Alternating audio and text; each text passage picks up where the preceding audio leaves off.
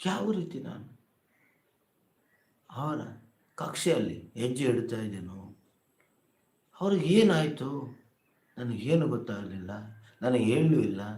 ಒಂದೇ ಸಲ ಅವರು ನನ್ನ ಅಪ್ಪಿಕೊಂಡರು.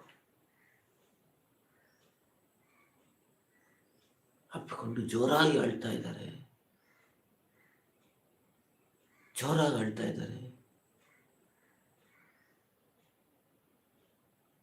ನನಗೆ ಭಯ ಆಗ್ತಾ ಇದೆ.